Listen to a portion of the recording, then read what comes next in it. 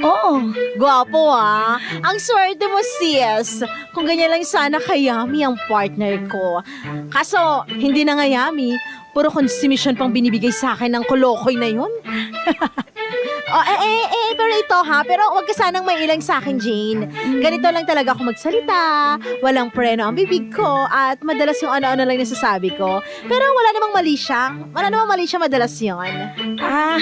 Huwag kang mag-alala. Gets ko naman. Ay, pero seryoso, ang swerte mo sa mister mo. Alagang-alaga ka. Ako, swerte sa kanya. Mabait na, responsableng asawa at tatay pa sa anak namin. Uy, nakalimutan mo yung gwapo ni Ami. Ikaw talaga! Pag narinig yan ni Steve, baka lumaki ang ulo nun. Kaya nga, quiet ka lang. Atin-atin lang yun. Sige, sabi mo eh. Madali naman akong kausap. Barangay LS 89.3